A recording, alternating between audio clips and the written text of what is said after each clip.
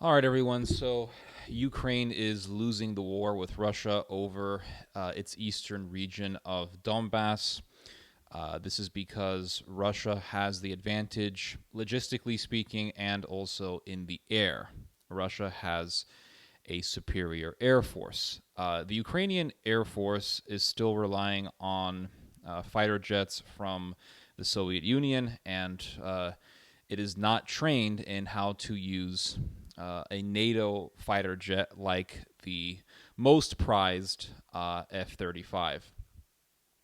In order for Ukraine to win this war, it's going to have to get a tremendous amount of NATO military technology. Not only that, it's also going to have to train its military on how to use this technology. And so it would actually take Ukraine about a year to do all of that.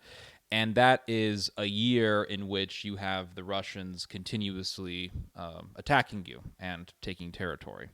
The just to give you guys an idea as to the levels of disadvantage that Ukraine has when it comes to its air power, the Russian Air Force is currently doing about 500 attacks a day, as opposed to the Ukrainian Air Force, which is only doing about 20 or so attacks a day.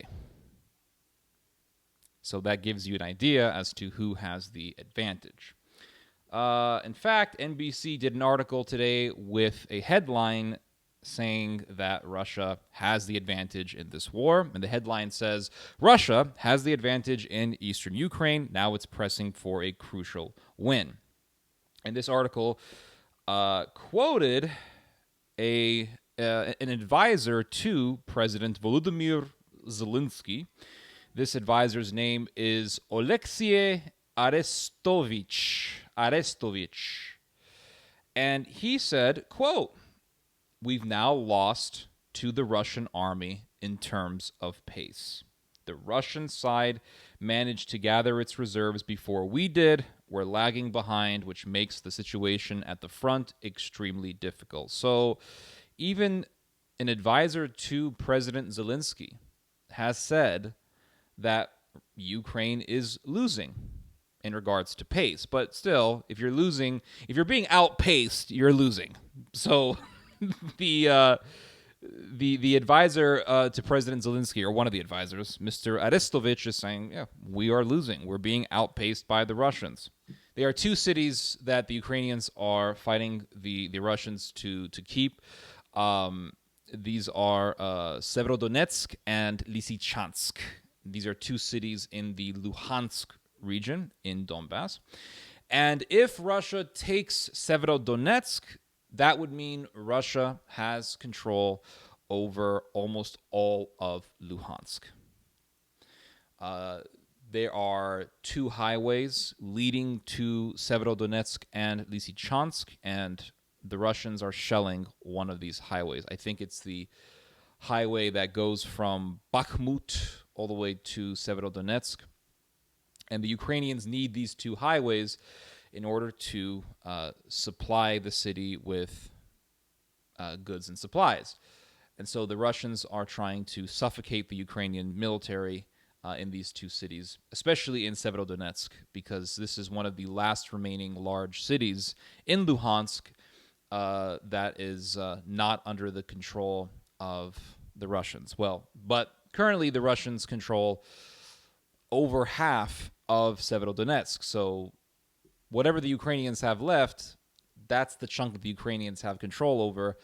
And it's one of the last remaining cities that's not in Luhansk, that's not under the full control of the Russian military. Now, as I have said, if the Russians take Severodonetsk, that would mean that the Russians would control effectively all of Luhansk. And that would just leave a chunk of northern Donetsk for the Russians to take in order to control the whole of the Donbass region, which means that the Russians are going to win against the Ukrainians in the war over Donbass. Now, Zelensky it looks like, will be forced to make a compromise with the Russians, and that would mean giving up territory to Russia. And if the Russians take all of Donbass, that would mean Donbass would become a part of the Russian Federation, which would mean that Ukraine is going to shrink in size. It's going to go from this to this. And that is going to look bad for Zelensky. Because remember, when Zelensky ran and won the office of the presidency back in 2019, Zelensky ran as a peace candidate. He ran telling the Ukrainian people that he was going to make peace in Donbass. And the far right in Ukraine was saying back in 2019 that if Zelensky makes any sort of territorial compromises with the Russians, that he is going to hang from a tree. The fascists in Ukraine were saying that if Zelensky agrees to give any territory to Russia, we're going to lynch mob him. And there was an article that talked about this. It was written by a journalist named Aaron Mate. And Mate quotes the co-founder of Right Sector. Right Sector is a big far-right paramilitary organization in Ukraine, basically another Azov battalion. And he quotes the co-founder of Right Sector, Dmytro Anatolievich. And yes, I did play the phonics game to pronounce that. Actually, his name didn't stop there. Dmytro Anatolievich Yarosh. I'm telling you, some of these names in Ukraine, they sound like they come straight from Afghanistan. Like there's an area in Ukraine called Bakhmut. If someone said that they came from a city called Bakhmut, the last place I'm thinking is Ukraine. I'm thinking this person came from Afghanistan or northern Pakistan or maybe somewhere in northern Iran. Bakhmut. Really goes to show you that this country was originally settled by an Iranian people. So the co-founder of Right Sector, Dmytro Anatolievich Yarosh, stated that Zelensky will hang from a tree if he gives any sort of territory to Russia.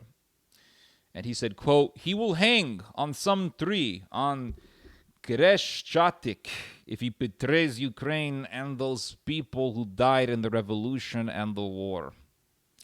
And Mr. Mate goes on to quote Steve Cohen, who has written a lot about, who wrote a lot about Crimea and Donbass and the war in Donbass and the far right in Western Ukraine. And Cohen said, quote, Zelensky ran as a peace candidate. He won an enormous mandate to make peace. So that means he has to negotiate with Vladimir Putin. But there's a problem. The problem is the far right in Ukraine. And these fascists have said, quote, and this is a quote from Cohen, these fascists have said that they will remove and kill Zelensky if he continues along this line of negotiating with Putin. His life is being threatened literally by a quasi-fascist movement in Ukraine. So currently, Ukraine is losing the war in Donbass.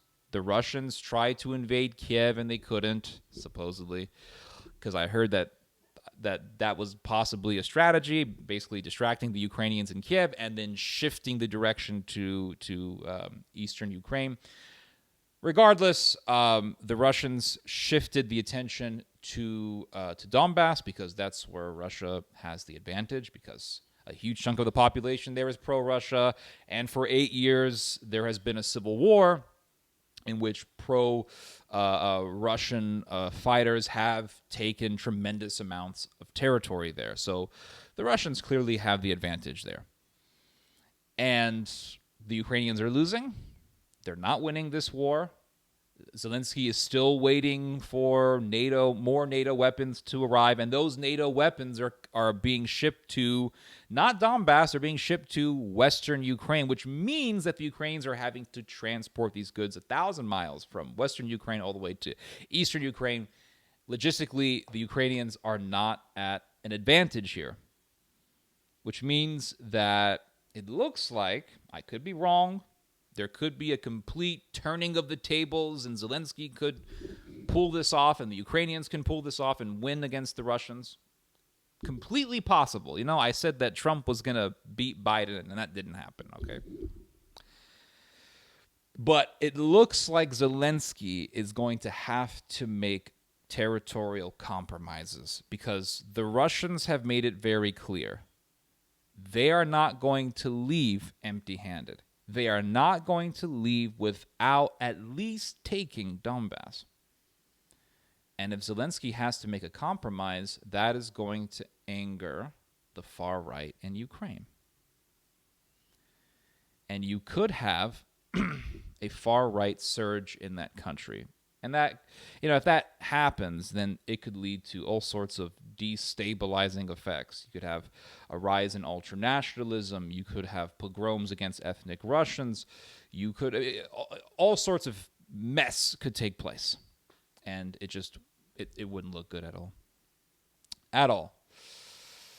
Because we got a little taste of that back in 2014 when you had the right sector and a whole bunch of far-right lunatics in Ukraine rising up in the Euromaidan, and they were attacking Russians attacking Russians from Crimea, and eventually you had people like the fighters in the Tornado Battalion who were literally kidnapping people in eastern Ukraine and torturing them for days and raping men and women and children and even elderly people. It was really, really horrific. So you have monsters like this in Ukraine, and if Zelensky makes a compromise, you could have a right-wing explosion in that country that would lead to more destabilization, more violence, and really nothing good. So anyway, those are my thoughts for today. You guys just heard some theology. God bless.